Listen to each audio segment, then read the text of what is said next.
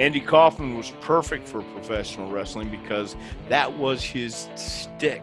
He wanted to put off the audience. It was always trying to get somebody hot, always trying to push the envelope, always just trying to piss them off. He was good at it. He was the best. He was tremendous, and he was great for this. He would have been perfect. In fact, he was perfect for professional. So he did help. It did help He did help wrestling in some way. You think it did bring attention to it? By all means. Have you seen the David Letterman part? Oh yeah, Lawler? Yeah, okay, absolutely. Well, that more people. I didn't know if that was real or not. Like for the longest time, I still don't know if that was real or not. Well, the good thing about that was Lawler slapped Kaufman, and they didn't tell anybody that was going to happen. Welcome to the Lone Star Play Podcast. I'm your host, Patrick Scott Armstrong. Join me and a famous guest every Monday, Wednesday, and Friday. We discuss their career, life, food, Texas, and everything in between. Let's get started.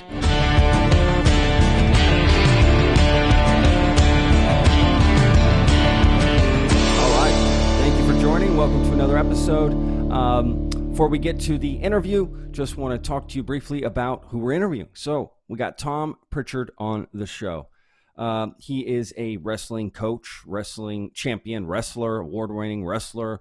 He also owns a school up in Knoxville, Tennessee with famed wrestler Kane, and where he teaches wrestlers, how to get into the game and how to become a wrestler and the training and everything that goes with it.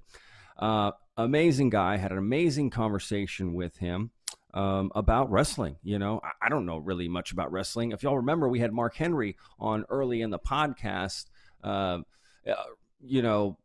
few months ago, June, I think, or maybe May. And actually, Tom trained Mark early in his career. So that was a cool sort of connection. And you know who else Tom trained early in his career? The Rock. Yeah, The Rock. Okay, so that was really cool. We just had a great conversation about wrestling. Why do people think it's fake, when they're getting hurt? And that was a great conversation. Spoiler alert, it's real, okay? Maybe the situation is whatever, but there's some real stuff happening, okay? I promise you. I wouldn't do it. I mean, look at me, okay? So that's not going to happen. But yeah, great conversation, really great guy. And he said a lot of great things, motivating things, to be honest with you, about, training and getting through life. So it was a really great conversation. Sit back, enjoy it. You're going to love it. Tom's a great guy. And before we get to the episode, make sure if you, haven't yet, please follow our podcast on, Spotify, Apple, podcast. Leave us a review if you can. That'd be cool. Make sure you follow us on Facebook and on Twitter and Instagram and all the social media. You'll find us under Texas Real Food. Okay, so you go there, you'll find all the Lone Star Plate stuff, or you can follow me online, Patrick Scott Armstrong. Instagram, Facebook. That's really it. So anyway, yes, thank you so much for listening. We appreciate everybody that tunes into the show. And again, if you ever have any questions, leave us a comment. Let us know what's going on. So, without further ado, our guest, Tom Prichard. Enjoy it. First, a couple things on your school that you have, but two, we actually had Mark Henry on the podcast, and I had read you had initially trained him in the beginning. So I thought that was kind of cool. Cool little connection there. Yeah. Very cool connection. Yeah. It was great having Mark on and talking wrestling, and that was great. But you guys talk food. What is the basic we thing, talk everything. Man? I just think of it like, have you ever listened to Joe Rogan podcast before? Does a Pope shit in the woods? Is a bear Catholic? Hey, you'd be surprised. Right? You'd be surprised. You'd be surprised. So, that's basically what it's like. We just, get it going, and we just start talking. That's right it. On. There's no rules to it. Yeah, we talk food. We'll talk tech, whatever comes up. Really, I have some questions. I have some things. But really anything. I talked about UFOs with this last guy in this band that because that's what he wanted to talk about. He just read it. We talked about, it's just like a Rogan podcast. We just leave it open. Very cool. no rules. So you guys smoke pot? Do you guys smoke pot and do DMT trips too? Yeah. If they're feeling dry, yeah, I was gonna say if we we're getting close. Right? We're getting close. Yeah. Texas isn't like California where it's legal. Although Rogan's moving to Austin. Yes, he is. He's coming here. It's a big play. A lot of people are coming to Texas and Austin specifically. Yeah, I can understand why. I can. Yeah, it's a cool city. It really is. It surprises me a little bit, but not really in a lot of ways. If you've ever been to this city, it's. I have. Yeah, I've been to Austin. Yeah. Great place, right? My brother used to live in Austin, actually. So. Oh, right on. Yeah. Well, there you go.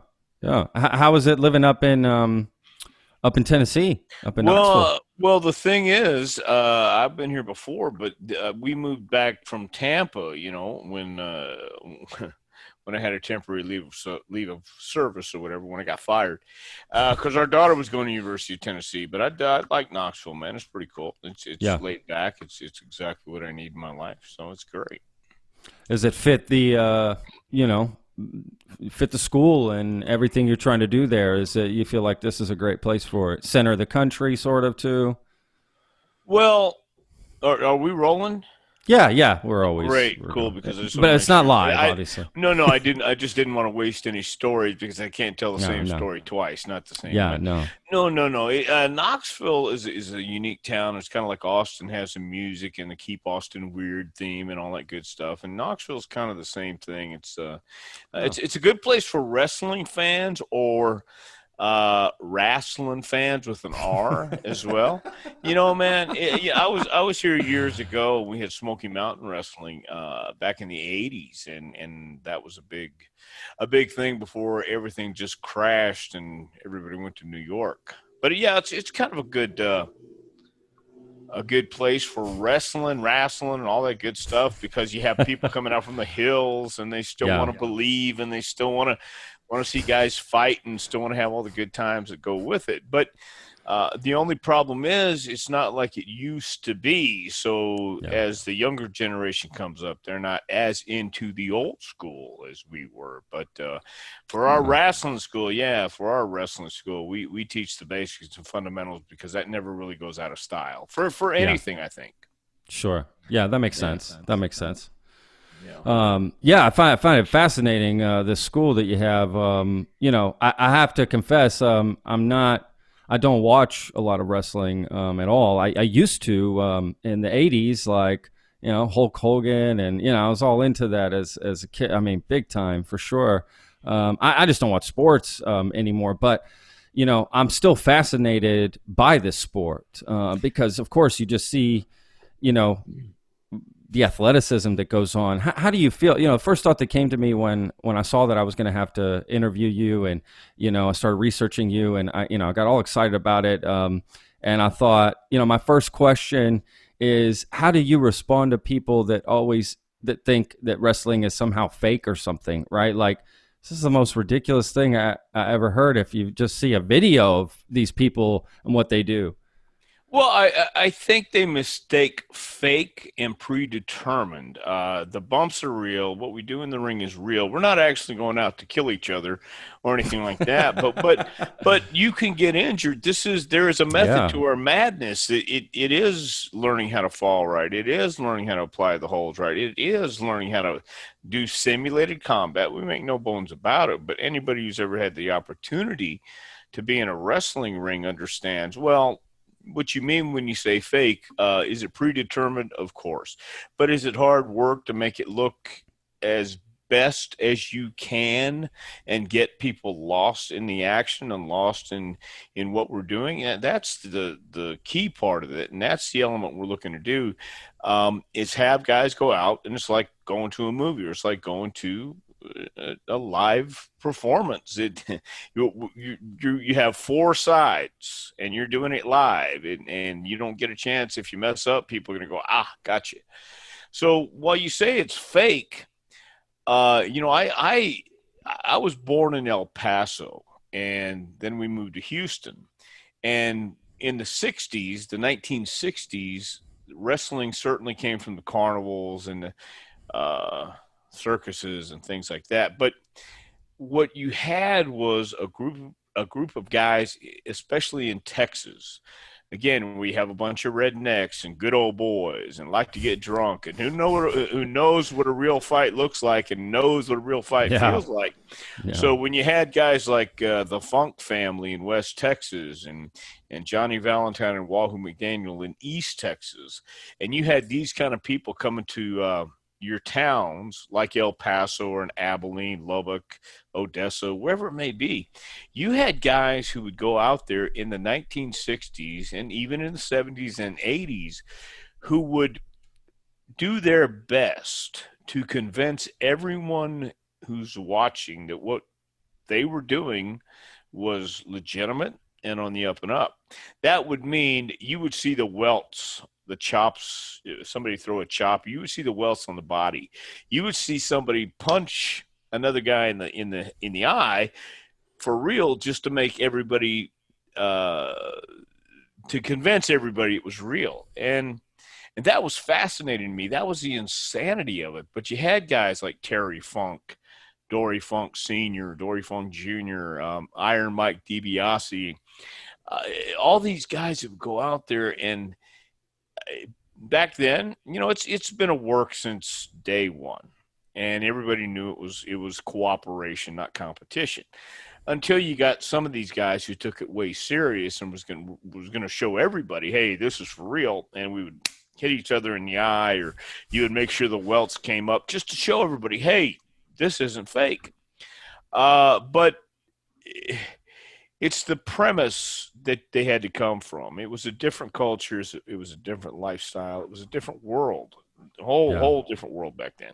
Nowadays, Vince McMahon didn't want to insult everyone's intelligence and said, listen, and the reason Vince went on TV and said, we're not going to insult your intelligence. What we're doing is sports entertainment. And he did that to get away from the commissions, the taxes, and things like that. As soon as he did that, he had a guy from Texas, Stone Cold Steve Austin, from Edna, Texas, actually. And then he had guys like Triple H, The Rock, Mick Foley, another guy from Texas, The Undertaker, who Taker's from Houston too. Oh, wow. Then they went out there, and after they said, look, sports entertainment.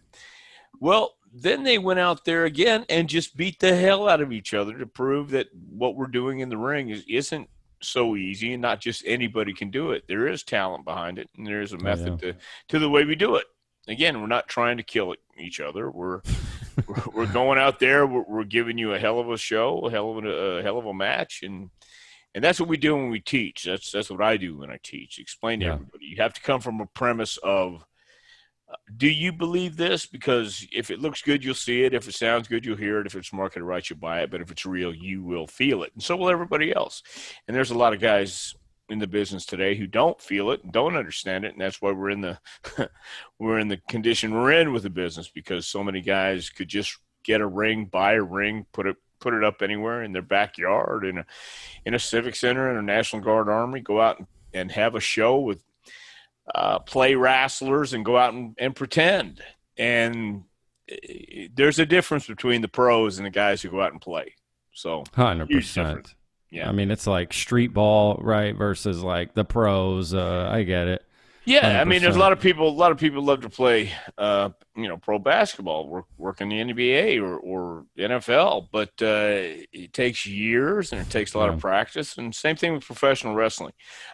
Just because it is predetermined, everybody thinks they can do it, but they don't understand that mat, the ring that we work in, is pretty hard. It's not a trampoline. The ropes you hit, some are cable, some are real rope, and it's a whole different element, a whole different side to it once you start training. I think anybody that says it's fake should be flown into a ring, right, and like and then they have to fight and then like show. There's some real things happening, right? Again, it's predetermined, but there's real things happening. I mean, it's ludicrous when I hear that argument, and I don't even watch wrestling, and I can still see that, look, these people are really athletic. I mean, you must be crazy. Have you seen their training? The way that these people train. I think I've seen more training than anything. It's insane, the amount of training that goes in and the bulk, and what happens. And you see blood, you see people, mistakes happen too. I'm sure you've predetermined things, but hey, this arm went this too far and this went too far. And, Well, I would say this, especially in this time frame that we're in now with uh, not being able to have people come in and watch for all yeah, kinds of sporting events. sure. It really is a testament to the guys who have to go out there and work 3 hours a night with no people.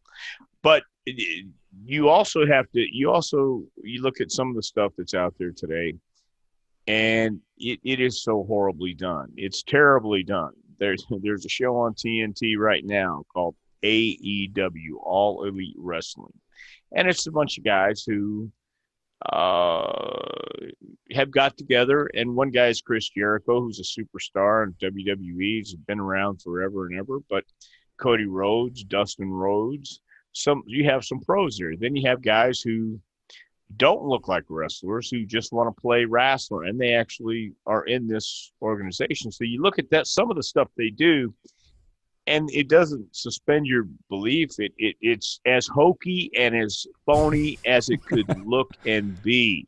So they don't do the business any favors by doing that. But at the same time, back in the 1960s and 70s, I was born in 1959. So, man, I'm about to turn 61 years old. I understand. I don't want to be that guy. Hey, you kids, get off my lawn. It's not it. But we didn't have the video games that are out there today.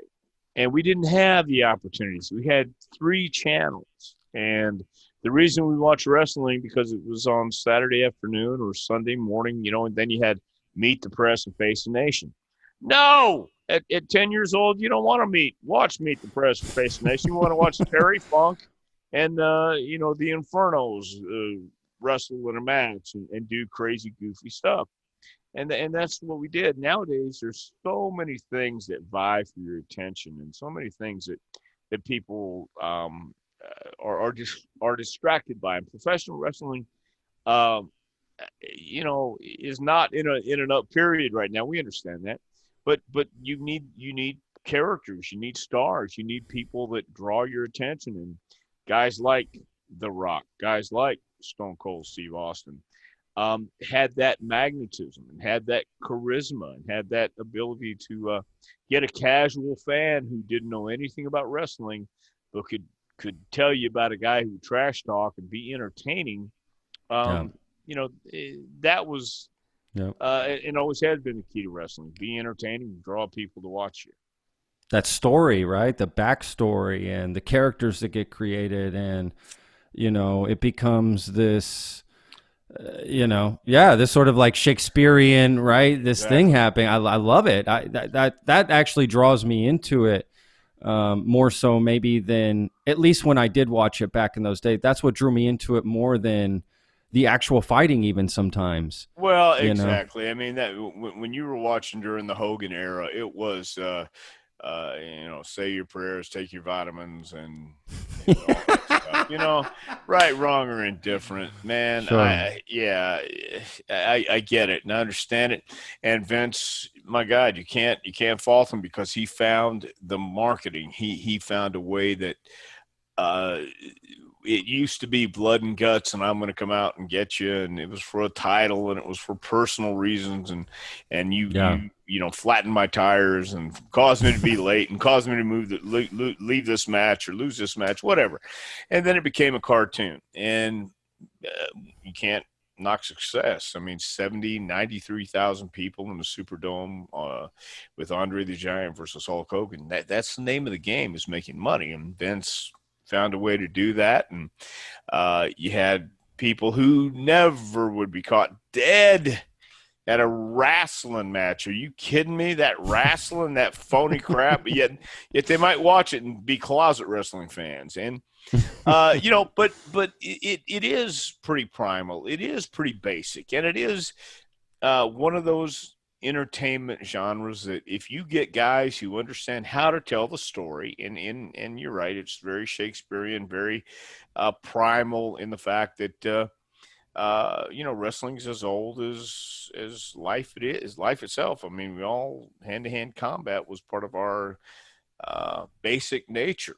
And in the beginning, that's the way most of these guys approached it. And they went out there and tried to make it look as legitimate as possible. And also back in the early days, you actually had to have a little bit of wrestling knowledge and skill, because you had people who wanted to test you in the ring. You had people who would take advantage of you. And if you didn't know how to do that, even though it was, yes, a performance, yes, an art, you still had, you got jerks in every profession. And then if they saw that you couldn't defend yourself and they could, they might take advantage of you. So in the earlier days, certainly a lot earlier than the 2000s, the guys had to know some kind of skill. You had to know a little bit of wrestling, because if you didn't, you're going to get ate alive. And that's the way you pretty much earned your stripes. You had to be able to draw money, but you had to be able to protect yourself. So, yeah, it was very cool. It was intriguing to me that these guys could go on TV and talk trash and then go in the ring and do these insane moves. And my dad would say, why would you let anybody shoot you to the ropes? Why would you bounce off? And he's telling me all this stuff too. But yet I'm seeing these guys as superheroes. I'm seeing these guys doing incredible things that I wanted to do. And, Mark Henry, one of your guests before, will tell you the same thing. He grew up watching wrestling, got to shake Andre the Giant's hand as a kid and pat him on the back or whatever it was. So, it's a very, it's got a lot of interesting characters, not only in wrestling, but in life. Some of these guys walked around like that all day, all year, all the time, so. That's good. They become the persona of the person. Well, it's easy to do. It's easy to get lost. Yeah. That happens with musicians too, right? And maybe even some actors, maybe even. Well, it's funny because I was just listening to, you ever heard of Joe Rogan? Yeah. Yeah. Well, I was listening to a couple of guys talking about Sam Kinison. And, Kinison, my goodness, doesn't get any more larger than life, except Rodney Dangerfield or guys like that. And same thing, those guys would get lost after doing their set, doing their gig, and all of a sudden Kennison especially was a madman. But, talking about the things he did after his gig and going back to the room or going to the club or finding something else to do, and you just go, oh, yeah, I've done it. So, and then you ask yourself, how'd you wake up this morning? And, well, by the grace of God, I guess. Yeah, but, it was a wild west back then, too. Very, very cool. Yeah, well, I'm sure. How do you think, that's a good question, a good point you bring up. How has wrestling changed from then to now in the biggest ways? Well, I really think it's just been available to anybody who can get a ring. Anybody can buy wrestling, dress however they want to dress, but they can put a wrestling ring literally in their backyard, film it, put it on YouTube, and they're a star. Everybody wants to be a star these days. When in the early days, and I'll just take it from when I was born, in the 1960s all the way through the 70s, the 80s, it wasn't so much celebrity. It was the guys on TV, the guys that were going from town to town were special because they were the legit deal. They were the real deal. They were these crazy, wild guys who would go from town to town, get there, have their match, go out and sweat, knock the living hell out of each other. I mean, you hit in safe places, but think about the insanity of this. You had a guy like Johnny Valentine, very big name in Texas, huge name in Texas in the 60s and 70s. And he got off on not only just knocking the hell out of you with a huge forearm or huge chops, everything he did, he wanted to make look legitimate. And he was as legit as you got. but he also enjoyed getting hit back, and it would give him goosebumps. He just like got off on it, man. And you had guys like that. Nowadays, everybody wants to believe they know what's going on, and everybody wants to believe they know how to do it. And that's not the case. There's timing, there's pacing, there's feeling, there's knowing, there's instinctual things you have to have. And that's why the basics and fundamentals are so important, because if you get lost having this elaborate number of moves that you have memorized, you guys talked about it in the back, and you know what you're going to do. If something happens, and it will happen, and you mess up, and you have A, B, C, D, E, F planned out, everything you're going to do, and you get to point B and you've lost it, or the people aren't reacting to what you're doing, you have to know how to switch gears. You have to know how to go in a different direction. And it takes years to understand that. It is like being a stand-up comic. You can tell jokes all day long in front of an empty building or empty building. An empty room or in front of a mirror, but you don't have your timing. You don't learn that until you go in front of a live audience. Same thing with wrestling. Same thing any live performance. What works in front of this crowd may not work in front of this crowd, and vice, and on and on. So you have to have enough in your repertoire to know how to change, know how to adapt, know how to do something else until they bite, until they hook on it. And that's interesting. Yeah, I didn't know that. I didn't know that the show would be like. I didn't know that you might adapt or improv, if you will.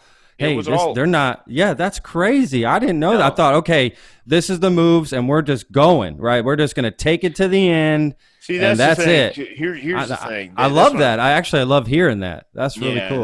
That's why you have to get in the ring, and sometimes when I worked in Japan, they don't speak English. You may know what you're going to do at the very end, but how you get there is really up to you.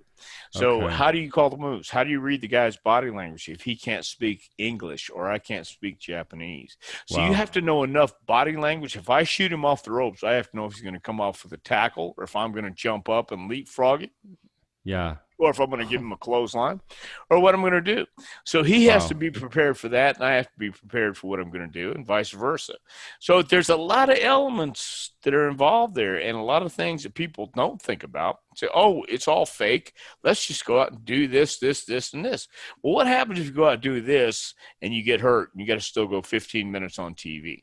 Yeah. Things like that. So, I mean, that just goes back to the training and basics and fundamentals. And I say that always, it never goes out of style.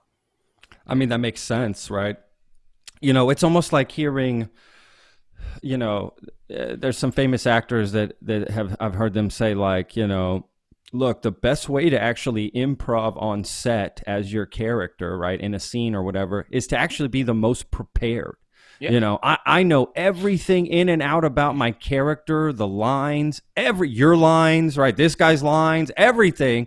So that if I do make a move off script, improv, it's because I know everything that's happening, it's going on, and it makes it easier. And that comes from experience and training and, you know, just years of that. And it sounds a lot like that. You know, you learn all these things. Yeah, that's fascinating. I just had no idea. Well, yeah, I think it just goes in life, and one of the most important things about professional wrestling is being able to cut a promo or to be able to talk and communicate with the people, whether it's what you do in the ring or what you say outside the ring.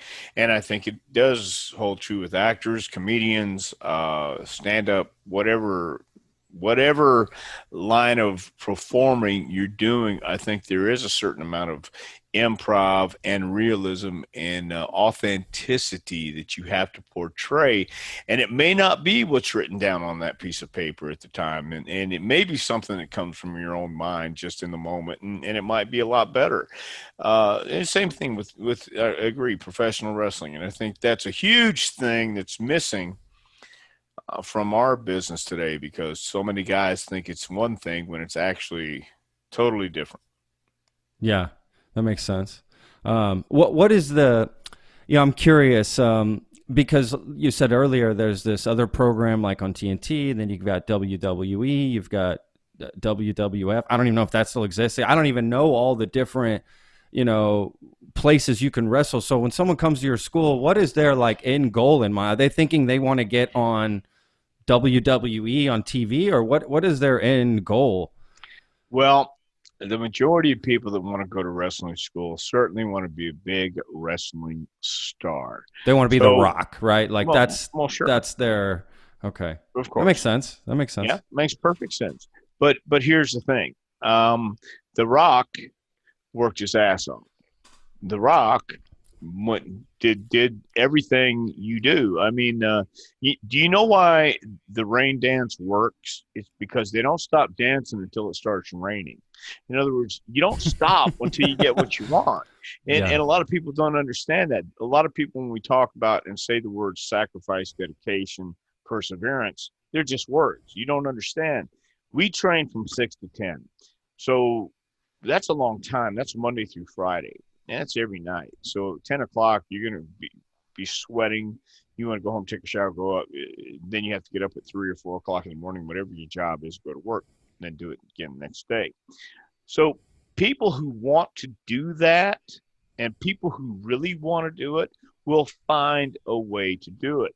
What we do, and we've been in business since January 2019, we have a couple promoters that we have been able to send our guys to get basic work here in Tennessee and surrounding states. One of our ladies, Emily Ann Zulus, just had a match, or didn't have a match. She was featured on Monday night at the Performance Center for Raw, WWE. Wow. And we've had guys go for extras. We've had guys go to the TV tapings just to be looked at. So nobody, I don't know of two people who've gotten the break the exact same way. It is show business. Just make no doubt about it. Professional wrestling is show biz. And it's not fair. It's very subjective. Do you have a look? Do you have something that we might be able to market and put in front of people? Because that's the idea. People don't always understand that. They think if I can come in, I learn the moves, I'm going to be a big star. It ain't always about the moves. It's not how much you do in the ring, it's what you do in the ring. But what we do in the ring is really a smidgen of what the business is about.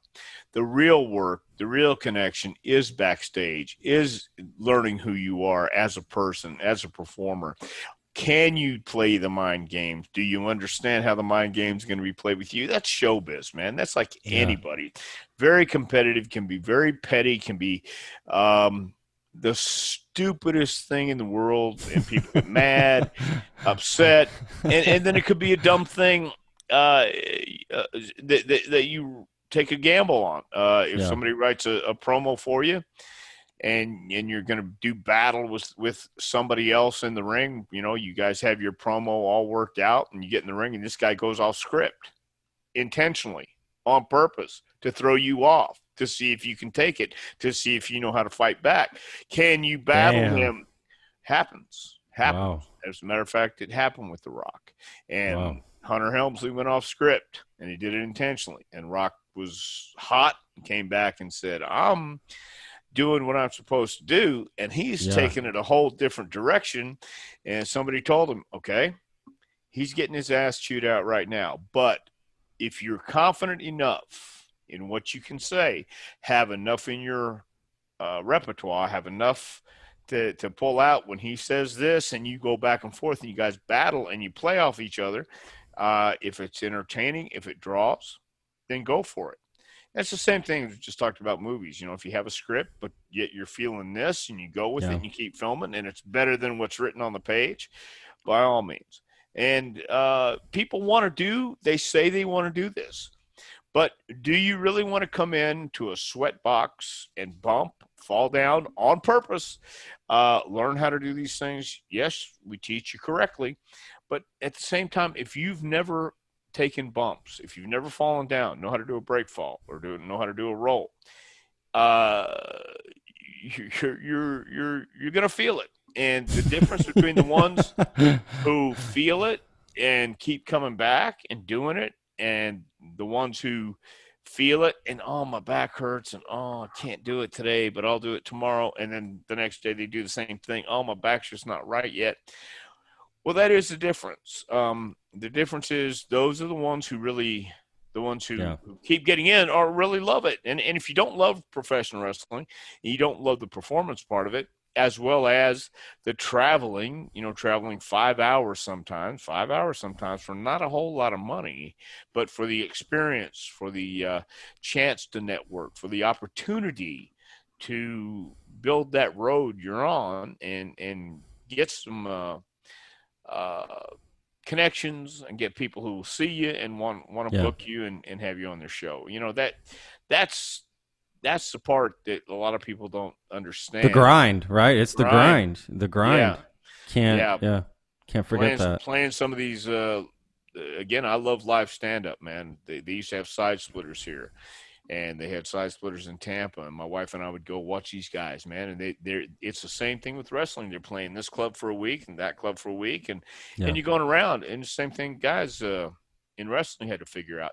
And they're not all Madison Square Garden. You're going to get these little hellholes, and Of you're going to get course. these places. That's the majority of them, right? That's the grind. Is the majority of it is that. And Yeah. if you do the grind, if you put in the time, maybe you'll get that opportunity, right? And it's probably a little luck as well, maybe even involved. Well, yeah, I truly believe this. This is something I heard as a kid too. But there's three kinds of people in this world: those who try, and when they don't make it, they say, "At least I tried." And then those who give it their best shot. And when they don't make it, they say, "I gave it my best shot." Then those who say, "Whatever it takes," and you don't know whatever it takes until you get to that crossroad. Are you willing to drive 7 hours? I mean, 7 hours to not make a lot of money, and maybe you're in front of 40 people, sometimes less, but you Yeah. drove 7 hours to get in the ring and to perform. Are you willing to do that, or will you get there and go, God Almighty, never again? And if you do, then you understand it's not for you, and it's Yeah. not for everybody. It's really not. That should be It is a everybody's grind. first. That should be everybody's first wrestling match. Like just to Yeah. like weed them out, right? Like, Well, a lot of times 'cause- it is. I mean, my, you my know. first my first match was in Bryan, Texas, and I was wearing orange because I went to Adobe High School. I didn't go to college, but orange is Longhorn colors, and Bryan, Texas is what burgundy or red or Aggies. whatever. No, Aggies, yeah, And I totally. thought, hey, but I didn't care. And at the same time, I mean, yeah, it's not for everybody. And if you don't dig going 7 hours and doing whatever you got to do to make it, then it ain't for you. I mean, that's the guy. That's almost with any career you're going to get in. There's a grind, and if you can't put in the grind, what are you doing? I mean, good luck. Good luck. Go down the next job line or career. They're going to expect a grind as well, right? It doesn't matter. So you might as well grind for what you love. That's always been my thing. And I'm not sure that everybody who gets in this is for the love of wrestling. I think it's for the love of being famous. And Sure. you want to be famous and do your TikTok. And I got a guy right now. I do. I got a guy right now who he signed up with us in 2019, and he's never watched wrestling. He was 24 when he signed up with us. Never watched wrestling in his life. Great looking kid, 230 pounds. Wasn't allowed to watch wrestling. Wasn't allowed to play football. Wasn't allowed to lift weights. When he got to be 18, he left home, joined his gym, built his body up. $1 million body with a 2-cent brain. Just wants to be famous. He came to us the first night, and I said, "Why do you want to do this?" And he said, "Well, I saw it in the paper, and they said that The Rock's trainer's gonna be here." The Rock's trainer. Do you know who trained The Rock? Do you know who trained The Rock? No, Oh, you don't. No, I know you helped train him in the beginning. That's what I read. I did. I trained The Rock. So I said, "Well, have you met him yet?" He goes, "No." So he didn't have a clue. And he was one of these guys who can go to the gym, do the CrossFit stuff, and press a barbell over his head with 2 plates on it, and then do this with just one hand and balance it completely, and do the box jumps with 2 plates on a barbell, 225 pounds, and to Wow. do all this and fantastic stuff, but can't comprehend what I'm talking to him and telling him because it hurts, and he just wants to be famous. He'll do TikTok. He has an OnlyFans page. Oh, wow. Oh wow, Okay. and I said, yeah, man. I said, wait a minute. You do understand what you're doing here? He goes, well, yeah. I said, okay, you do understand that we'll do a background check on you, and so anyway, but little things like that, man. I mean, it's not necessarily a love for the business anymore. I think it's just a love for being famous a lot of times. Sure. And you've got to deal with that, right? You've got to deal with, these people coming in and, Well, do you turn these people away? Do you try to, like for instance, this particular gentleman, are you going to continue to try to work with him? Or do you think, are there people who just a lost cause? You just think there's just no way he's not going to get it. You can already tell from the beginning. Well, here's the thing. I think just saying hello to a lady who walked in. Some people just walk into my house and then start petting my dog. Anyway, I think the thing with this guy is, I've had talks with him, and I've really wanted him to make it because he's probably the best looking athlete we've had. Well, a good looking athlete, not the best one we have, but we really tried to work with him. What I find is they're going to weed themselves out. I started with 14 people this class in June, and 4 have already dropped out because they figured out. One dropped out the first week, and he said, hey, because I tell everybody, try, best shot, whatever it takes. And after the first week, he came to me and says, hey, I'm one of the triers. I tried it, and it's not for me. I respect that. It's not for you. By God, I get it because you're going to have to keep bumping. You have to keep doing the rolls. You have to practice repetition. That's the key. So with my athlete, he doesn't like to fall down, and he's not dedicated to this. He's dedicated to being famous. He has his TikTok. He has his Instagram. He has all this stuff. But if they look for this guy and look at his background, a lot of stuff they're going to say, yeah, no. And I've told them, Yeah. dude, you got to be careful because a publicly traded company like WWE and most of the major companies out there, whether it is AEW, Ring of Honor, or whoever else, Impact, whoever else is out there, they're going to do background checks because they want to know what kind of people they are presenting on their show that kids are going to watch and 100%. families going to watch. And that's what it is. It's supposed to be a family show, and the culture's changed. You have to be on your toes. You can't say a lot of things. You can't do a lot of things that we could back in the 80s. Hell, even in the 90s. So it's changed, man. It really has. Yeah, you're right. Especially now with, social media, right? Twitter and all this stuff. You can be crucified immediately for something, and they'll go back in your history. So you got to be careful for sure. If you're going to be in the spotlight, it's kind of what comes with it. Yeah, right. Yeah, right. And we always tell people don't do anything and don't take any pictures that you wouldn't be ashamed to show your mom, whether she's alive or not. But if you get an OnlyFans page, if you have a crazy ass mom, that might not be good advice, right? Somebody's like, "Oh, my mom's like." right.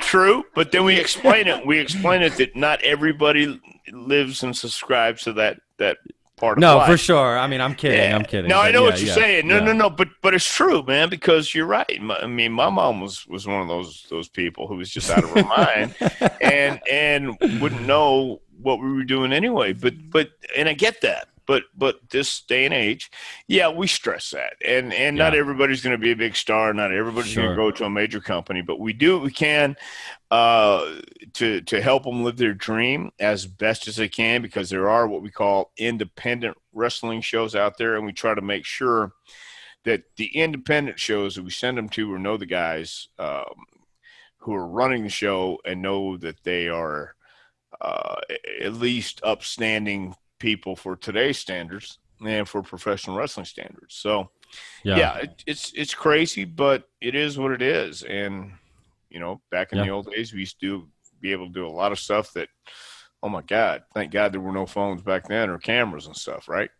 Absolutely. That's I think about that with everything, right? It's just like that's really what has changed the most, I think. Well, I think it's changed not just with wrestling, but I mean with music, rock and roll especially, but any form of entertainment. You could get away with.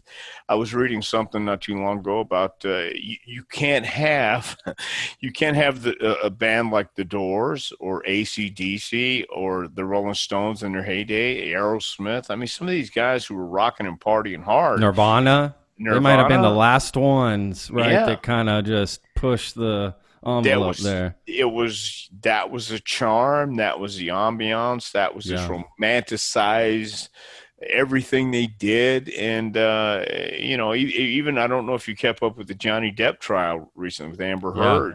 Okay, well, he's talking about, he did. Those were his heroes, Keith Richards and guys like that. And I would look up to guys like Dorian Terry Funk and Johnny Valentine and Wahoo McDaniel and these guys. Mark Lewin is another guy that I started training lifting weights with at 16 years old. And Mark Lewin's nickname was Maniac Mark Lewin. He was 6'5", 265 pounds of muscle and steel. And this guy was out of his mind. But again, that was the culture. And I was learning from him, and he was one of those guys that didn't separate. He was the maniac 24/7. Yeah.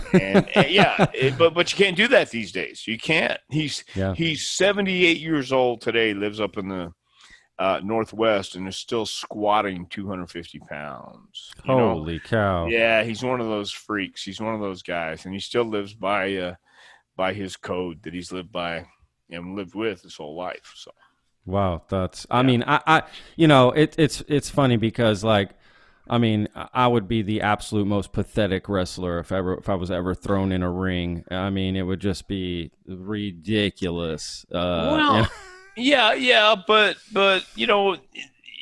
would know your limitations, and you know what you could and couldn't do. There's a kid now. With AEW, who's 5'4", like a $130, $140. His name is I don't want to name him, but he's trying to be a wrestler, and that's pathetic because it's so obvious. It's just so obvious this kid does not belong in a ring with guys who are over 200 pounds and acting. That's me. I don't belong there. I'm like, I would be rubbing thighs in the back in the locker room. I think that would be my job somehow if I was involved. or announcer. Make me an announcer. I've got a good voice. Maybe, I don't know. Or cook. Right. I mean, I'm a chef, so maybe I'd be cooking for training. Maybe, I don't know. Who knows? Yeah, everybody has their place. Let's talk about that. I'm curious about the food aspect of. Like, is that something y'all push as well, diet and, what kind of foods to eat, or do you stay away from that? Well, personally, everybody will take responsibility. We've given nutrition tips. I have a friend of mine who knows nutrition and will tell people if they want it. But as far as my own regiment, man, I mean, I'm not so sure how far west you've gone, but in El Paso, have you heard of Chico's Tacos? No, I haven't. Oh, but okay. I've probably been to a Chico's Tacos. I can't imagine. I would assume that's probably a lot of places called Chico's Tacos. Maybe, but this is a famous Chico's Tacos. Like a famous one, right on. I love El Paso. Yeah. Have you been? So you've been to El Paso? Oh, of course. Yeah, absolutely. Okay. Well, the last time I was there was last year, and my brother Bruce and I were traveling. We flew in because we had to go see our brother. And we stopped at Chico's Tacos, which is, I think it's only one place. I could be more, but Chico's Tacos. Well, I just mean like, Juan's Tacos. Look, I'm half Mexican. I say that with all the love in the world, but if you go to like Mexico, there's literally be Everything. right? Just Yes. this tacos. The names don't matter. It's all about the food. They don't care about the Yes. name, Well, right? Like but what I mean is they make their specialized tacos. It's not a taco. nice. They look like enchiladas, or they look like whatever Ooh. rolled up, and they're in the sauce, and it's not tacos that Oh, you is it think. birita? Birita, maybe? Maybe, maybe so. I don't know. Yeah, the But sauce is what is getting me because that's how they do the yeah, and birritas. but it's covered in the sauce, man. You get Oh four of them, and man, it's that great. sounds so good. So as far as the training for food and nutrition, that was my nutrition. I'm not worried about any of that stuff anymore. But yeah, no, Yeah, man, it really is. I think you have to have fuel. it's important, right? I mean, It it's the is. fuel. Yeah, it's the fuel. Yeah, It's and it important. just depends. It depends if you want to burn it clean or eat what you can and work out and do it. So Yeah, yeah, we don't necessarily stress that, but we do talk about it's everything combined. It yeah, is the appearance, it is the look, it's the aura, it's the charisma you send out. It's how you are perceived, and not everybody believes that or subscribes to that, yeah. but reality is what it is when people see you. And if you look like, let's say, The Rock, then people are going to believe that you can kick ass and take names. Yeah, But if you 100%. look like Fluffy, then they're going to say, If you look like me, you'd be like, yeah, "What? Who is this guy?" I mean, this is no way. Yeah, well, 100%. but you could have evil lurking in your mind, or you could have the goodness Oh, of a okay, I pure see. heart. You know what I See, I mean? like how your Everything's mind. great. This is how you know what you're talking about Oh, because you're sure I do. already thinking of how you can make it work. You Right? have You're to make already it work. thinking of how you can make that work. I love that. Why, of course, 20 years after World War II was over, we had in West Texas two Nazis, two bald-headed German legitimate Nazis who were a tag team called the Von Brauners, and they were What big and they the were bad. hell? But wait a minute, in their corner as their manager was this skinny, small guy who wore kind of a hat like yours, only he was black, and he had a black cane, and his name was Saul Weingroff. So this is 20 years after World War II had ended, and this Jewish manager is at ringside with these two Nazi Germans with the swastikas and the iron crosses on their gear. That's heat in 1964. Okay. Wow. You can't do that today, but that was a moral play that wrestling did. It was like Saul Weingroff. I didn't catch on when I was a kid. I didn't realize why he had so much heat, but a Jewish slime ball managing these two Nazis who were proud of it and wore it and displayed it. Whoa. So that's what I would always look for. I either look for the evil or the good. Yeah. That Yeah. is absolutely. And that was real. Like they were real Nazis. Yeah, well, they had actually real Germans. I don't know if they were real Nazis, but that was what they portrayed. Well, I mean, And but they they love had. Nazis for real. Like they really believe that stuff. That's crazy. Well, I don't know if they really believed it because I'd never met them as a kid. But Yeah, I'm saying as the public the show. persona, Yeah, the as a show of public it. persona, Yeah, you had, and that's why they got so heat. They were that's bald crazy. headed. Yeah, bald-headed Germans called the Von Brauners and Saul Weingroff. Gentleman Saul Weingroff, by the way. And he would do some evil, evil stuff. I mean, they attacked poor young Terry Funk on Amarillo television, cut his hair, beat the living hell out of him. And this caused the Funk family to want to get revenge and have the two Von Brauners, along with that manager, Saul Weingroff, in a six-man tag match, and the people would wait and anticipate the Funk family getting a hold of that weasel Weingroff, and they would prolong it, and finally the Wow. climax of the match, you would get a piece of Weingroff, that, and that was just again, you talk about Shakespearean, and Totally. yeah, Yes. it's a 100%. moral play. Yeah, it was great. 100%. That is nuts. It almost sounds like they knew what they were doing.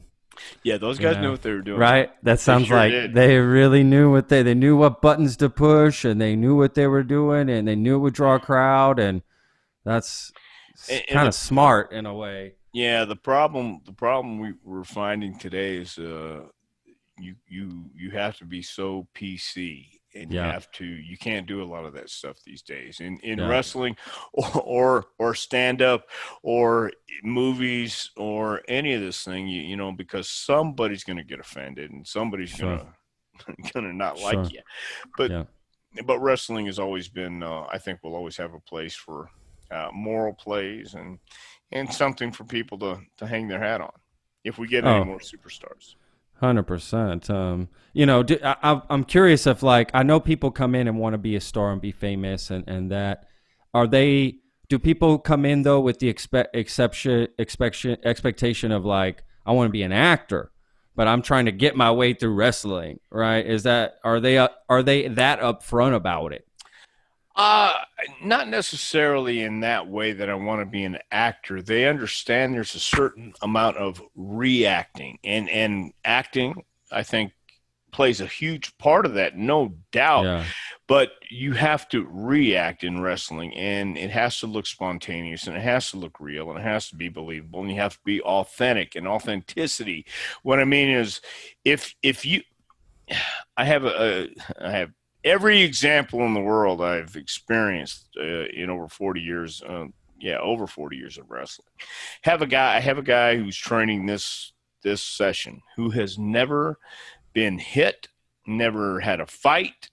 Doesn't He's just here for the experience. And I asked him this uh, 2 weeks ago.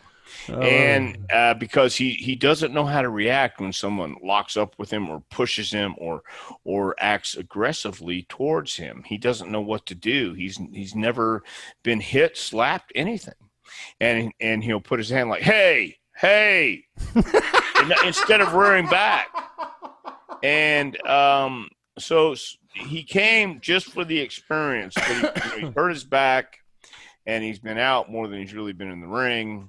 Yeah. But he says he wants to learn how to act like a wrestler. But it's not the acting, it's the reaction, and it's again, how you do it. If you don't know what it's like to get hit, how do you know how to react when you get hit?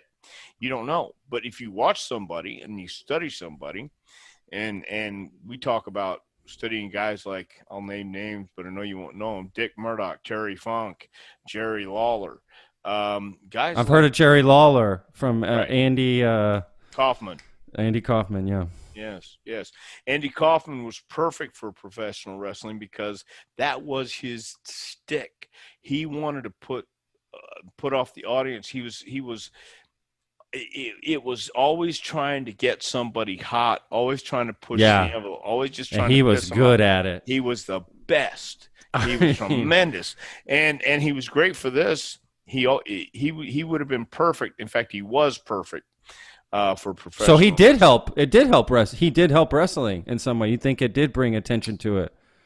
By all means. Have you seen the David Letterman part? Oh yeah, Lawler? yeah, absolutely. Okay, well, more people. I didn't know if that was real or not. Like, for the longest time, I still don't know if that was real or not. Well, the good thing about that was Lawler slapped Kaufman, and they didn't tell anybody that was going to happen. And when Lawler slapped Kaufman on the Late Show, promoters started calling Lawler to book him in their town, because back then it was what we called kayfabe, and nobody knew about it. And the Houston promoter, the guy who I was able to work with and broke me in, Paul Bosch, famous promoter in wrestling, called Lawler. And because Lawler told me the story, I asked him about it. And he said Paul Bosch called him and said how proud he was of him for defending wrestling, stepping up and slapping the living crap out of that guy. And I want to bring you into Houston. He brought him in I think for 2 months, and Paul Bosch would pay very, very well. And Lawler said, I couldn't smarten anybody up because they really believed it. So even the people in the business believed that was legit. Yeah. But what really happened is Lawler and Kaufman were working with each other, and they knew it, and Andy took the shot.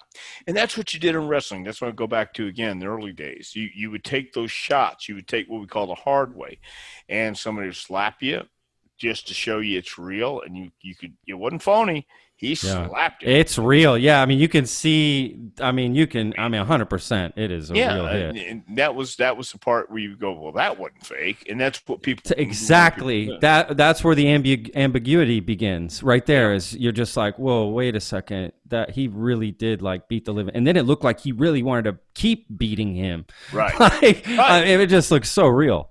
Well, that was, again, a huge element in the business is we were always trying to do the con and get people to believe it. And if you could get the boys to believe it, the guys in the back, that was even better, so you didn't always tell everybody your business, you would go out and some people go, hey, why'd you have to go that far? What was that about? When the other guy knew and you knew, and then that's all you needed to know to make it work. And unfortunately these days, because of the internet and because of all the things that's available, too many people think they know everything. And while they may know some things, they don't know everything. And that's what I tell guys, to keep some mystery about you. If you're going to go on Facebook, if you're going to go on Twitter, don't tell them every little thing. Don't take a picture of your food. Don't take a picture of what you're doing. Make it calculated. At least be mysterious or have a little bit of something special about you. And these days, again, who would want to be a celebrity? How do you be a celebrity? Anybody can be a celebrity. Again, I go back to YouTube or your TikTok or your TikTok or your whatever it is, man. And it's not special anymore. It's really not, because anybody can. Yeah, that's true. That is an interesting way to look at it. It's a double-edged sword of anybody can become anything. Anybody can become anything. Yeah, you can have a podcast. You can put it out there. You can make it about whatever you want to make it. Yeah. And I see stuff all the time, and I don't know who they are, but then I read about it and I go, okay, you found your niche. The guy John Paul, is that the guy? John Paul.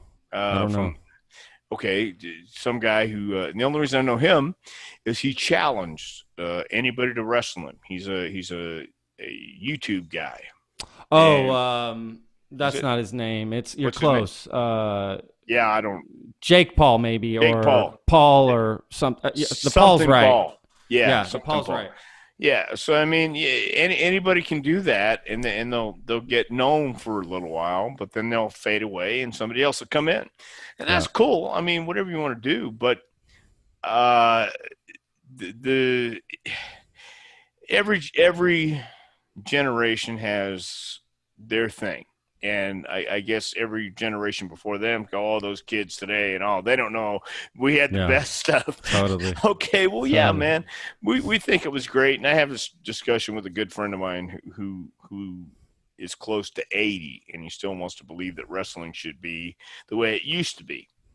Well, it would be nice, but it's not going to be the way it used to be, and it's only going to progress, and it's only going to go swing so far this way before they have to bring it back and make it appealing again. How you do that, that's the trick. I don't know.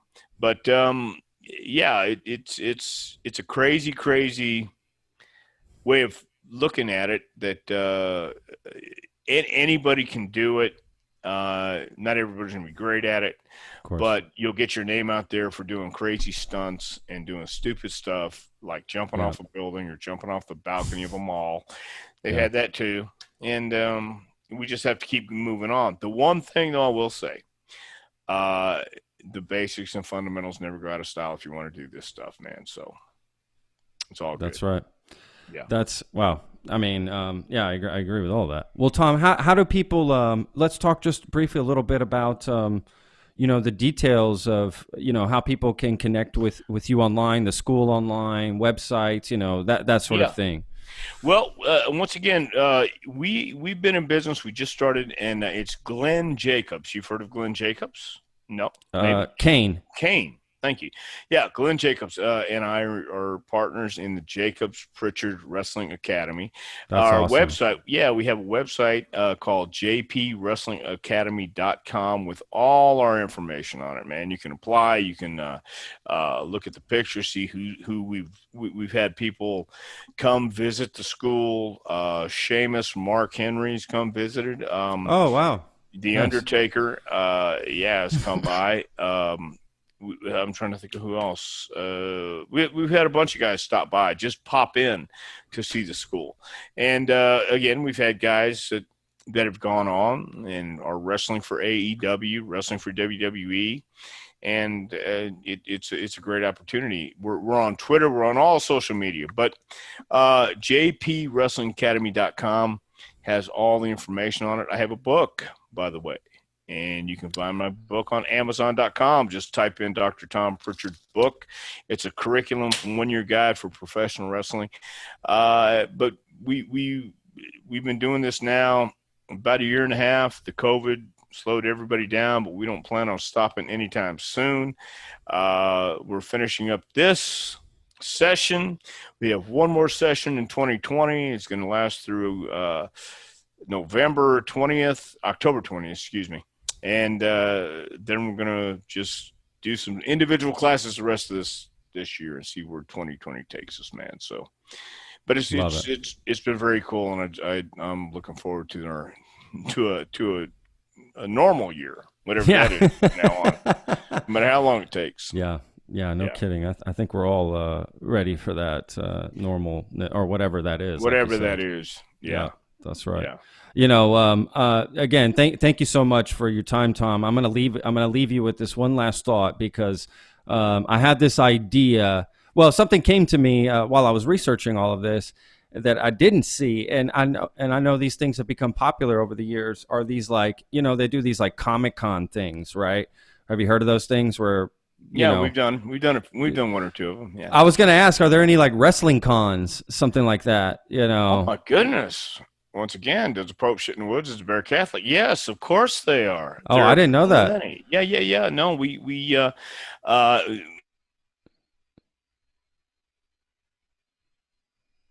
but of course this year has gotten WrestleCon. There's WrestleCade. There's plenty of them. I'm doing a what's it called? Cyber. I'm going to go see my brother, and we are going to I'm doing a virtual autograph signing in Bristol, Connecticut, and so that will take. Yeah, you just froze up on me for a minute. Yeah, so. It stopped for a second, but it's good now. Okay, all right, we're good. But so yeah, wrestling conventions have been around for the last going on 15 years. Oh gosh, I feel like an idiot now. My Google skills are horrible. But it's again like the Comic-Con and horror conventions. All that stuff. You're gonna find some wrestling. Yeah, it's all. That's good. Cool. That's great. Yeah. I'm happy. I mean, it's such a big. Everybody knows wrestling is such a big thing. I don't think it's going out of style anytime soon at all. Again, it's just, it'll massive. dip. It'll dip, Patrick, but you think so? Eventually, it'll come back up. It's in a down period right now, but wrestling's been a staple for over 100 years in the States, and it's going to come back up. I agree. Well, that's awesome. Well, again, Tom, thank you so much for your time. I wish you the best with everything you got going. Maybe if I'm ever in Knoxville, I'm gonna hit you up and say, give me 1 day of training in the ring. Put me through the test. I will be the whatever it takes to get through 1 day. Right, I won't say more than 1 day though, but I would do whatever it takes. I'm going to keep that with me, by the way, the try, give it my best shot, whatever it takes. That's going to stay with me, man, because that's a very powerful thing. Yeah, I think it is. And if you're in Knoxville, just come on down and see some of the pictures we have on the wall. A lot of it from Texas, man. A lot of the awesome old placards and window cards. So that's very awesome. Cool. Man, that's so cool. Well, again, Tom, I wish you the best. I wish you and your family the best during this time as well. Just safety and health and all that as well. So, Well, same to you. Thanks for having me on, and you guys have a good time in the great state of Texas, man. The Lone Star Plate podcast is produced by Texas Real Food. Go to texasrealfood.com and you can search your city for stores, butchers, restaurants, farmers markets, and more who are using fresh, artisanal, organic sources. It's a fun site that brings all natural options all together. I hope you enjoyed this episode. For more information, go to thelonestarplate.com. I'm your host, Patrick Scott Armstrong. Until next time.